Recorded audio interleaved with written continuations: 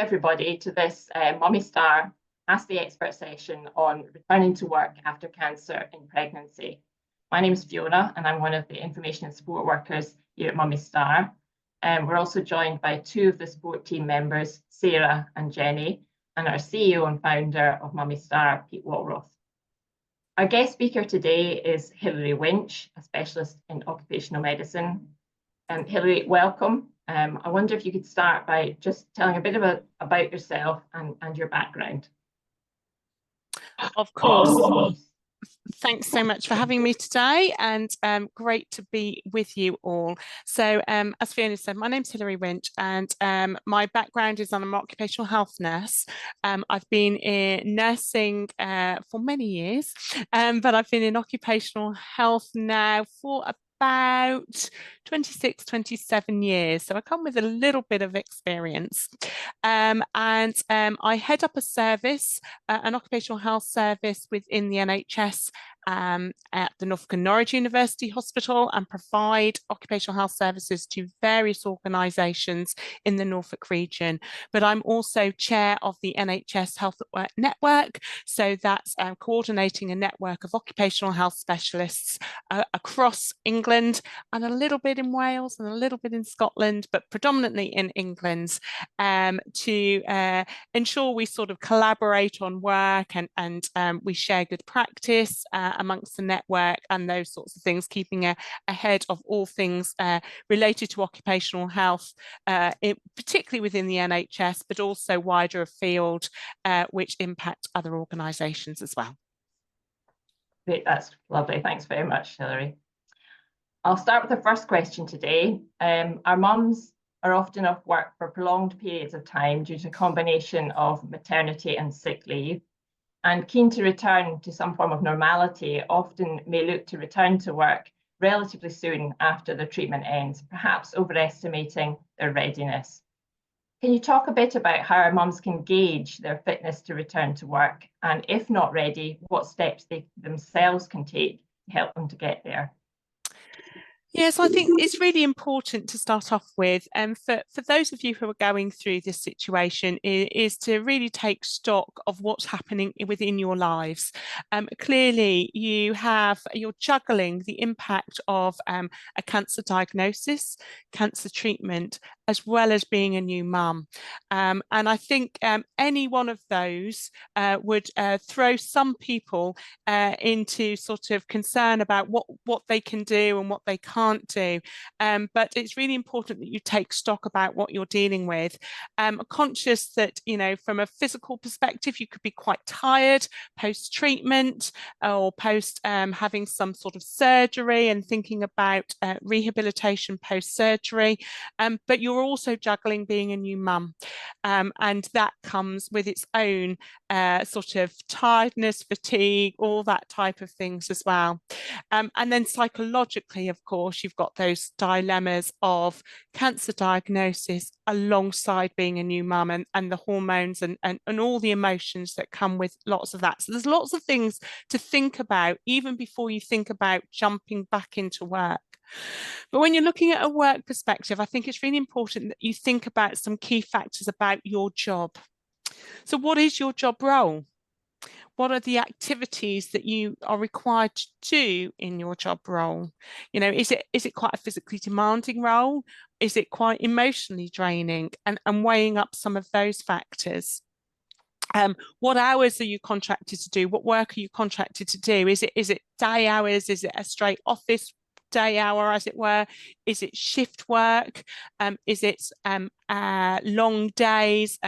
Clearly, I do a lot of occupational health within the NHS, so a lot of our nursing colleagues are doing 12-hour shifts, and actually that's tough when you're fit and well, let alone when you're juggling being a new mum and you're recovering or having a series of treatment. So I think, you know, the hours of work is also really important to consider. And you know, since COVID pandemic, actually, one of the blessings of that has been this ability to perhaps do more hybrid type roles. And many of us now are perhaps a hybrid worker or even a home only based worker. But there are still some roles where you are required to physically be present.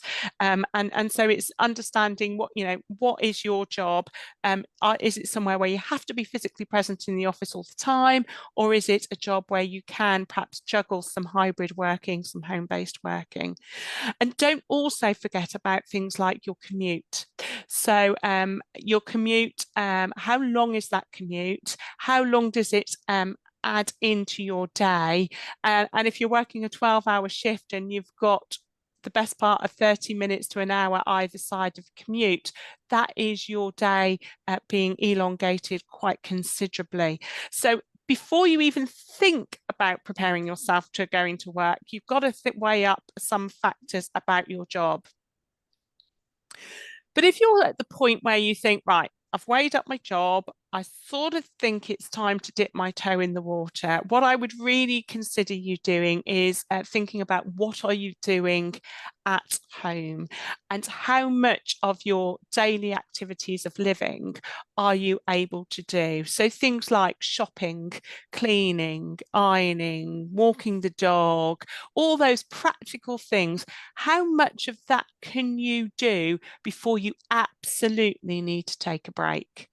Can you build up to about 3 to 4 hours worth of continuous activity? And that might be equating to, in an office environment, perhaps half a day's worth of working hours. So, you really need to be building up gradually the amount of activities you can keep going before you must sit down and have a nap on the sofa, or where at the point where you're putting your little one down and you have to get back. So it's really about looking at those aspects of what you can physically do. Then the other aspect is also about, because from the physically demanding perspective, you work up those sort of physical demanding activities, but then it's also a concentration activity as well. So, how long can you read a book for, or keep concentrated on a TV program, or other different activities, whether it's a crossword or some knitting or whatever it is that you like to do. You almost need to test your concentration levels and really make sure that you can, even if it's about having a conversation with somebody where you're not sort of physically drained, emotionally drained after half an hour to an hour of having a conversation with somebody, actually you need to be able to engage with people sort of longer than that sort of time period before you start to think everything putting this into work. So once you've got your point of, you've looked at your job, you've looked at what you are able to do physically and emotionally for yourself, then it's about starting to have conversations with your employer. So perhaps contact your employer and start to have those conversations about potentially returning to work. You may have an occupational health service, and it might be you might think it might be wise to ask your manager if they can refer you to an occupational health service, or if you're feeling your situation is quite complex, your employer may be able to purchase what we call a one-off referral from an occupational health provider. So that might be something that can be done to provide some appropriate advice to them and yourself about that returning to work situation. But go armed with some of the things that you already know about your job. You know about your job and you know about your health and personal circumstances at that particular point in time. So that's why I said, think about your activities. What do you think you would be able to do? And what's some of the things that you think you may struggle with at this particular time? And that's at the starting point. And gradually, you'll probably heard lots of people talk about phased returns. And the purpose of that is that you literally build yourselves up over a period of time. So think about what activities you think you'll be able to do straight away, which ones you may struggle with initially. And think about the hours of work. And you may have already thought about perhaps either, I don't know, reducing hours post maternity leave anyway, and having those discussions. But it might be something whilst you're juggling cancer treatments and being a new mum, but returning to work, you may want to think about perhaps a temporary reduction in hours and those sorts of things. So think about those. Think about what would work for you and what you think might work for the employer, because obviously it is a two-way thing when you have a contract of employment. There's something called therapeutic returns that occupational health professionals often consider and suggest to employers. And this is when you remain off sick. So you might be remaining off sick, but you dip your toe into some sort of work. It's almost trialing the phased return to work before it gets to a phased return. Some employers have very strict rules about phased returns and give you sort of the ability to return over 4 weeks. And actually, for some people in your situations, you may need slightly longer than that. So maybe a therapeutic return is one where it might be advantageous. Almost dip the toe in the water. Is this viable? Yes, it is, but it's very slow. And then you build up to a point when you're almost getting to that sort of, I don't know, almost half your responsibilities, half your percentage of hours, and then you start your phased return journey. Lots of employers now are introducing what they all give them different names, but it might be a tool to look at adjustments, a health and wellbeing passport, a wellness action plan, those types of things. And so it's worth thinking about, does your employer already have one of those tools that you can start to actually perhaps jot those down, and that can be a tool to aid that initial type of conversation. If not, there are plenty online and you could just pull one off yourself. That might help you think through. It's that sort of concentrated piece of work I suggested. It might help you think through about the types of things to consider and the types of things you might want to ask your employer if they can support as and when you start to think about returning to work. That's Hilary, lovely. can I just ask an additional question just on that clarity? The therapeutic day that you just mentioned, could you liken that to kit days when somebody's on maternity leave or return? You could, very similar to that. So it's about, sometimes people aren't quite sure whether they're ready or not, and so doing a few hours over a period of a week or two is probably helpful. So very similar to your kit days, your keep in touch days, but could be is used often when somebody's been absent from work through sickness. So yeah, very similar. Okay. Similar concept. There's a question from one of our families, but I'll ask that after we've done the other questions, if that's okay. Yeah, that's no problem. That's lovely, Hilary. I'll pass you on to Sarah for a second question. Hi, Hilary. So sometimes after treatment for cancer, our mums, and at times it appears their employers, are not aware of their legal rights on returning to work. Mm-hmm. Could you explain about the requirements on the employer under the Equality Act and how someone can get help if they feel that their rights are not being observed? Yeah. So the Equality Act does cover individuals. So under the Equality Act 2010, if you have or have ever had cancer, the law considers you to be disabled. Now, you may not feel that you're disabled in any way, shape or form, but the law considers you to be.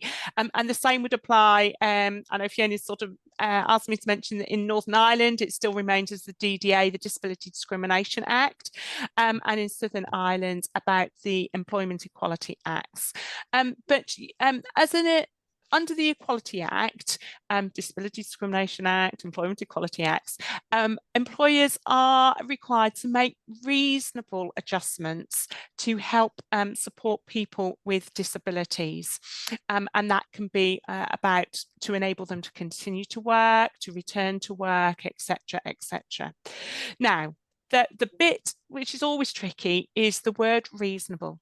Because what is reasonable and what is considered reasonable for one employer may not be reasonable for another employer. And it is about going into discussion with your employer about what is reasonable for them. And certainly if you end up in a tribunal, I'm not an employment law expert, but occupational health often verges into this arena a little bit. But so you would be, they would be expected to demonstrate whether this was reasonable, and often is linked to things like size of employer, etc. So clearly, what one person, an employer who employs 5 people, what they can accommodate may be very different to an employer that employs 5,000. So it is about having some sort of dialogue and discussion about those reasonable adjustments. But often reasonable adjustments are things like thinking about either different symptoms that they might have, or different equipment that they might need, or juggling of hours accordingly. So when we're thinking about situations that you may experience, it might be things like fatigue, it might be whether you're sort of having some medically induced menopausal symptoms, whether you've got some neuropathy in your hands and you're struggling with some typing and getting some additional equipment in for that, or your job involves being on your feet all day and you're getting very fatigued about that. Is there different ways that they can adjust elements of your role to allow you to function, but perhaps in a slightly different way?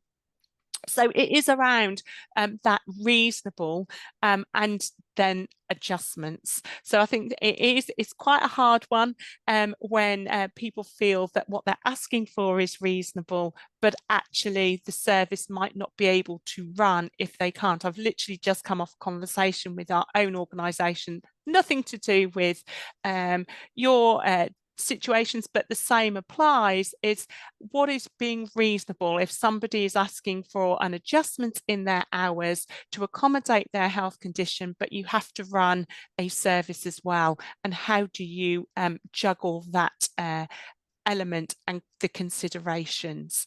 So it might be that they can't make adjustments to all your requests, but there may be some form of negotiation about what type of adjustments could be considered. Again, I would suggest, if there are some concerns about that, you could ask for an occupational health opinion.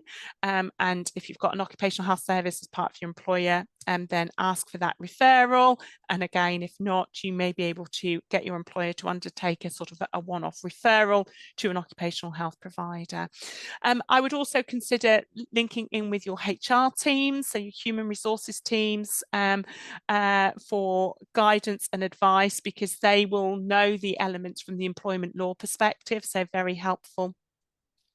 If you're working in quite a small employer that doesn't have a HR team, doesn't have an Occ Health team, all those types of things, then things like if you go on websites such as ACAS, ACAS give a lot of advice and guidance and have a telephone helpline and those types of things. So I'm sure you can reach out to those to help shape your conversations with your employer accordingly, so that they perhaps understand more fully their requirements under law, whilst sort of juggling that ability to deliver their services or the requirements of that employer.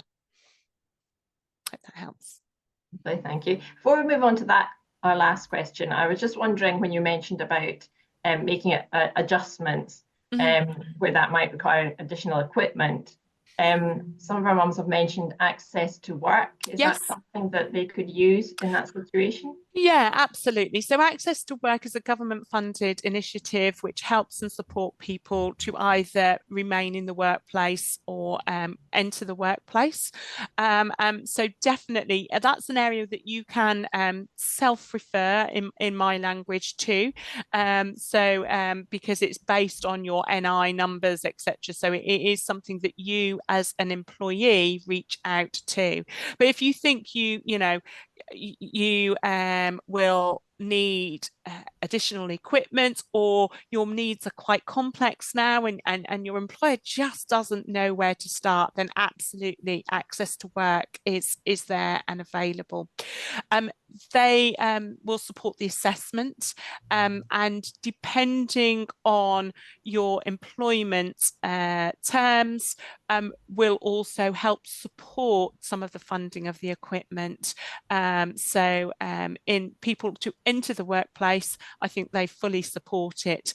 As you've been in the workplace and perhaps returning to the workplace, your employer may get a contribution to that equipment, which is of course always beneficial for your employer if cost is an issue for that. So yeah, absolutely, access to work is a very important government tool available and support area. Yeah. Okay, thanks. Okay, thank you for that, Hilary. I'll move on to the third question, and Jenny, I'll pass you over to her. Hello. Okay. The effects of fatigue post-cancer treatment and the physical demands of returning to work are often discussed prior to the return. However, the equally impactful mental and emotional aspects of cancer can often go unacknowledged. From your experience, are there any steps our mums can take to prepare for this, and how can it be continued to be managed once they're back in the workplace? Okay. So as I've already suggested, yeah, absolutely. The mental and emotional impact for you must be enormous, and it's really hard for those of us who haven't been right in your shoes to truly understand that emotional demand. And sometimes it might be that your perception is that your employer may not be truly understanding what you're going through, but they may not be physically able to put their feet right in your shoes and understand that. But I think some of the areas I think I've already sort of hinted at from a point of view of the emotionally draining and mental exhaustion elements is as you prepare to think about going to work, then do think about what levels of concentration you can undertake at home, which almost simulates some work tasks.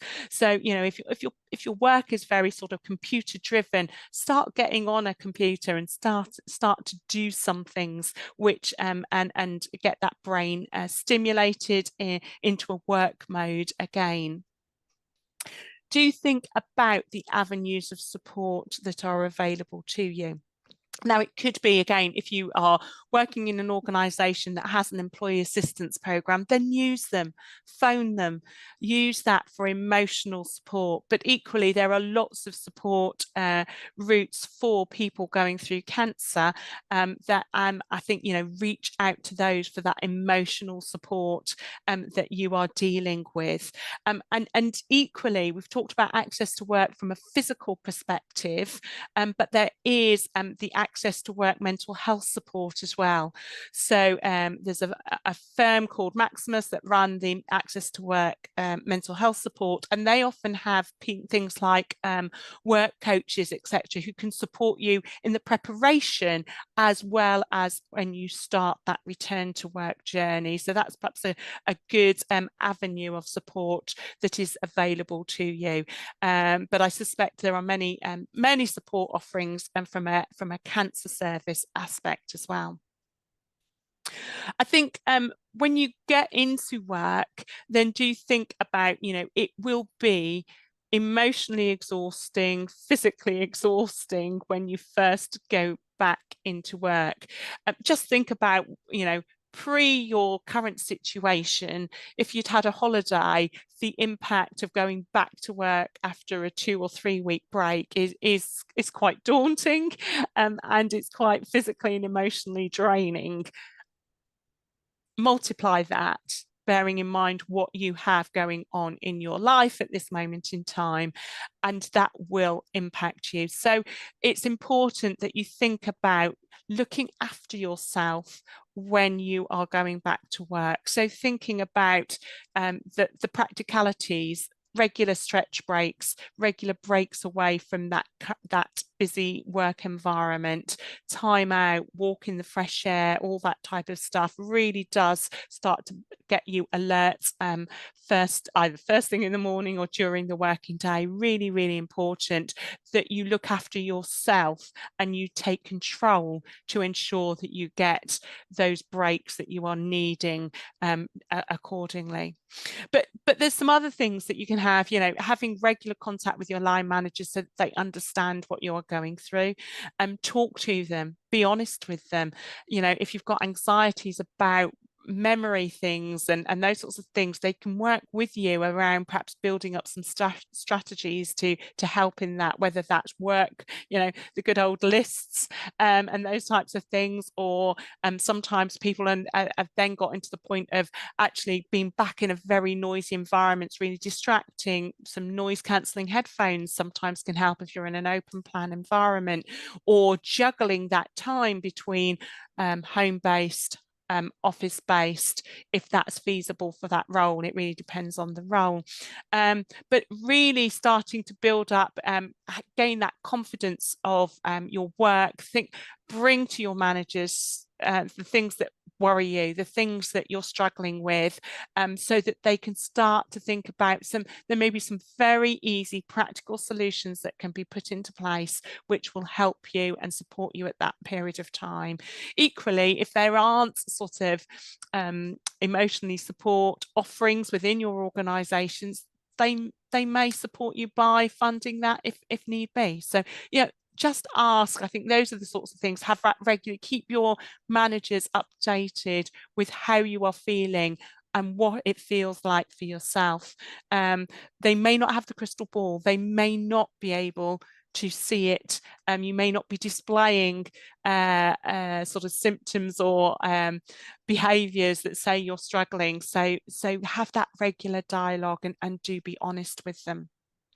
And that's where I come back to the sort of the adjustment guides, the health and wellbeing passports. In Mind they call it wellness action plans on theirs, and pull some of those off it and start to perhaps jot some of those things down, and you can share what you are feeling, so that your managers and your employers can hopefully support you through that journey.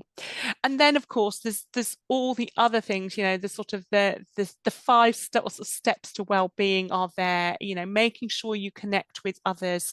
So, you know, when you're going through this journey, perhaps returning to work is probably like, that might be the last resort of things that you can put on your pile and plate of things that you're juggling at this moment in time. But actually it's really important that you get that social connection with others. So do keep connecting with others. That helps our well-being. There may be support groups available for both new mums with cancer sufferers, etc. So think about those to help and support you with those other aspects, as well as the general well-being things. So, you know, eating well, eating as healthily as you can, so starting with some light exercise accordingly. So getting yourself out and walking is the cheapest form of good exercise that you can do, and it might be, you know, it also helps get little one off for a nap and those types of things. So, you know, do those sorts of things to ensure that you are looking after yourself as well as your new baby. So I think general well-being is really important, as well as keeping conversations with your managers open, and conversations with other people who have perhaps similar experience and can help and shape and guide you and support you and empathise accordingly. Thank you. Just as a quick question at the end of that, you mentioned asking your employer for support. Is it appropriate to ask for a little bit of retraining or a buddy? Absolutely. Yeah, I mean, I would hope any good employer, as somebody is returning to work from maternity leave anyway, full stop, would create some ways of ensuring that they're almost, you know, as a manager myself, I would consider somebody returning from maternity leave as a new employee, because, you know, over that period of time, things will have changed undoubtedly. And so I would put in almost a new induction program for them.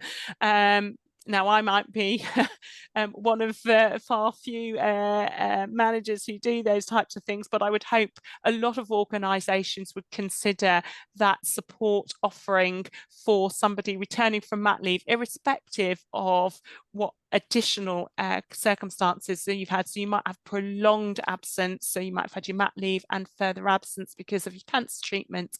But I would do that for somebody returning from mat leave as well as somebody returning from sickness absence. So if you've had a long period of sickness absence, hopefully your employer will consider, you know, putting in almost a reinduction period for you, so that you are brought up to speed with what's been happening within the workplace whilst you've been off.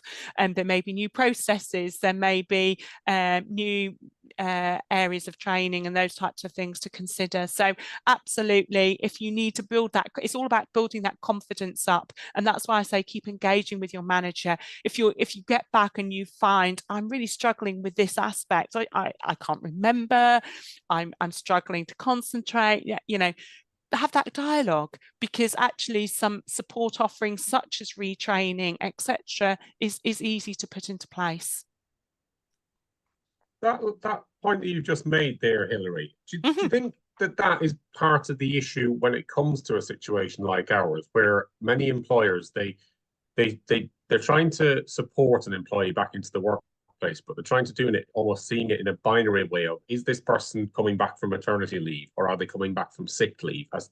Because the conflation of the two seems to, in our experience, often be the cause of the issue, rather than that person had purely been off on mat leave. There is a relatively regular process that you go through with your employees. If somebody is off sick for any reason, there is a process to go through. But it's this conflation of the two things and the multiple layers of emotion that somebody is experiencing that I think perhaps makes employers, they're trying so hard to get it right that they inadvertently put their foot in their mouth, but in doing so, and they're actually not sure. And I think this isn't helped by HR departments sometimes. They're actually not sure what the status of the person officially is as to whether they're on sick leave or mat leave. And so you get this real conflation of issues. Yeah, and actually, I would say if that is recognised and you're seeing that frequently, I would say one of the key things is, as a worker, I know it's sometimes hard, but just be honest with them and say, you know, I'm really conscious. I'm sort of a bit of both worlds here. So let's actually share that, and say, you know, I'm sort of conscious. I'm sort of returning from mat leave, but I'm also returning from sick leave. So I've got two things going on here, and actually, for a manager to understand that they are juggling the new baby scenario, and you know, what people might class as the baby brain and all those types of things that you can perhaps bring a bit of humor around to it, but actually can be very real, as well as somebody who is going through that cancer treatment. Perhaps put yourselves at times in their shoes. They might be really scared of saying the wrong thing to you. So be open about it to yourself. You know, be open and start to say, right, okay, I am conscious.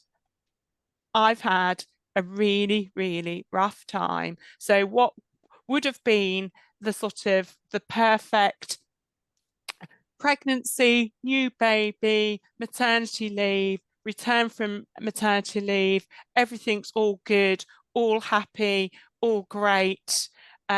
Little bit of, you know, confidence building up because I'm a new mum and I've been out of the workplace for a little while, da da da da da da. But you know, on the whole, life is generally good. To the other extreme, where actually, when perhaps pregnancy occurred, you had no idea what you were facing. And I've had a colleague very much in your position. So, you know, became pregnant, discovered breast cancer mid-pregnancy, and went through that whole dilemma of pregnancy, maternity leave, sickness, etc., and returning to the workplace probably later than she would have done if she had been on the pure maternity leave pathway. But she came back with so many more emotions that, you know, sometimes are people scared of saying the wrong thing? And therefore being upfront and saying, this is the situation. Don't worry if you say the wrong thing. I'd rather you say something than nothing. I'd rather you, you know, and I can put my perspective forward, having some very, what I'm going to call adult, candid conversations to say, you know, this is my situation. It's been tough. I won't deny it has been tough, but I'm wanting to try and get back into some normality and start to have those return to work conversations. Equally, think about your colleagues. So not just your managers, but your colleagues. They might be scared about what to say as well. Yeah, I think just recognising that grief, I think that people go through when they come back from a cancer diagnosis, it's that grief that maternity leave wasn't what they had originally hoped it would. And that's not to say for everybody in without cancer it's always a joyful experience, because it can be full of stresses, but it's that grieving process people are going through as they come back into the workplace, and there's suddenly that recollection of, where has my maternity leave gone? That was sick leave, but in name it was mat leave, and I think it's that that people struggle with. There's just a point that one of our families has made here, just said, if I'd been returning to work from mat leave, I would have been entitled to a return to work bonus after a few months. However, since I was only in for a few weeks mat leave, then moved to sick leave, I don't. Do you think I would be entitled to this now? And I don't know whether we can ask you questions about particular entitlements necessarily anyway, but I think that point highlights the issue about that, which status you're in as you go back into the workplace. Yeah, so I can't share advice on those entitlements. That's not my area of expertise. Someone in human resources might be able to, or I would suggest the other place to contact to get some informal advice on that initially is ACAS. The ACAS helpline may be able to point you in that right direction, or to consider what that might be, because it depends on, you know, the employer and different employers. Sort of processes, policies, etc. So yeah, by all means, think about ACAS might be able to help it informally to just get your own thoughts into that as to where you progress that through if you want to do something outside of your organisation in the first instance. Your response may be the same to this one, but I want to put it to you anyway, just in case. So, in other words, feeling very pressurised to go back to work by my income protection insurance company. They've agreed to keep paying me until September as long as I get a phased return by then. But the medical specialist team haven't cleared me to go back to work yet. So, can they really threaten to stop paying me if I'm not cleared to go back to work yet? Yeah, I can't really comment again on income protection, I'm afraid. I suppose it's a bit like if a large employer has sick pay, and there may be set rules about sick pay, and sometimes sick pay does stop. It feels harsh when you're going through this situation, but even in large employers, I'm thinking public sector, so NHS, councils, etc., there will be sick pay rules. Often, you know, they have sort of like, I don't know, 6 months full pay, 6 months half pay, etc. And despite a cancer diagnosis, those sick pay elements still clock in. So there will be points where people get into a no pay situation, and that is and they're still not well enough to return to work. I think it's hard when you're then juggling that pressure, where you're sort of feeling pressurized to get back from a pay element versus a health element. And that gives you added stress. So it's actually really, really tough. but there are elements of what all I would say is explore with others around. It might be citizens' advice, that type of thing, about what other benefits you may be entitled to from a point of view if you can't work still from a health perspective, but you're not getting sick pay from whatever route you have sick pay from, to explore what that then means for you. Come back to another point in a minute, but I'll come back to Fiona because I think she's got another question. No, it's okay. I was just going to say that thank you for answering the main questions we've got, but I do notice that we've got other questions in the chat, if that's okay, if we chat with you now. Yeah. One from Kirsty, we've got one here saying, I was wondering if anyone had much experience of mums with secondaries returning to work. Prior to being part of this cancer community, I wouldn't have thought that likely. However, I now know that lots of ladies with secondaries are working. Yeah. Yeah. My next couple of scans will be probably informative as to whether I think it is realistic for me. However, I'm really hopeful that I'm going to be living with a chronic illness rather than being very unwell anytime soon. Yeah. Yeah. Okay. I work for the NHS, so hopefully I'll be well supported.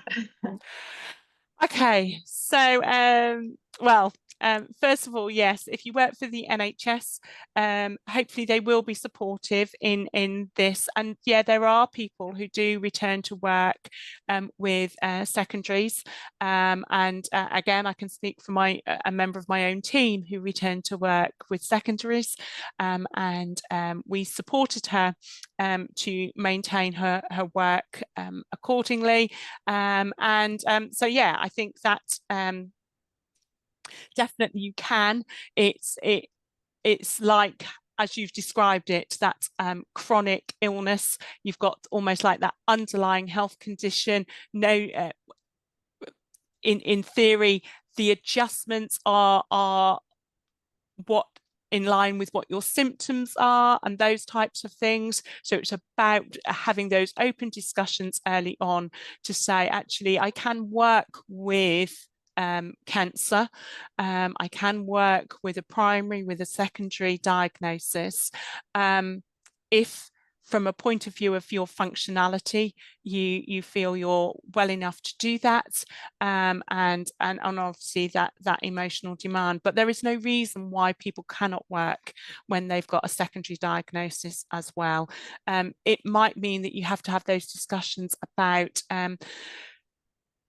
some adjustments for additional perhaps appointments, scans, those types of things. But again, hopefully for this individual who's working in the NHS, I hope that their organisation is supportive and make sure that they can have appropriate time accordingly.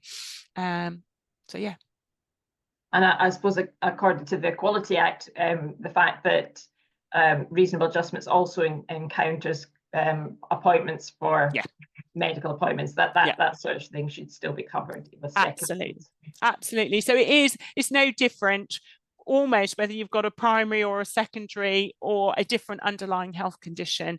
Under the Equality Act, your that reasonable adjustments, there may need to be some juggling of that, and perhaps juggling of hours and those sorts of things for attending appointments, or trying to get them at the end of the day or the beginning of the day. Clearly, with sort of some of the hospital appointments, that's not feasible. So, it's about just having that understanding.